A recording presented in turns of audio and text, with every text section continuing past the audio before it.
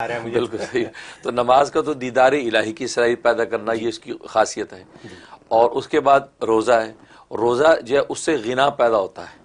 انسان یعنی اپنی فطری جو خواہش ہے کھانا پینا خواہش ہے اس سے بھی مستغنی ہو جاتا ہے. غنا بہت مشکل لفظ ہے. مشکل لفظ ہے.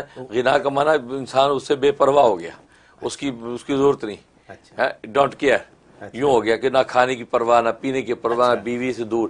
یہ اس کو غنا بولتے ہیں. دنیاوی باتوں سے دور ہو گیا تو استغنا اس کی طبیعت میں آ گیا. تو یہ استغنا جو ہے یہ انسان کے اندر پیدا ہوتا ہے روزے سے. کہ کیونکہ انسان جب ایسی چیز جو اس کی فطرت و طبیعت کا حصہ ہے اس کو اللہ کے لیے چھوڑنے پر تیار ہو گیا تو باقی دوسری چیزیں تو ویسے اس کی فطرت کا حصہ نہیں ہے, وہ اللہ کے لیے چھوڑنا اس کے لیے آسان ہو گیا. بالکل صحیح. اس لیے اس کے غنا پیدا ہوتا ہے.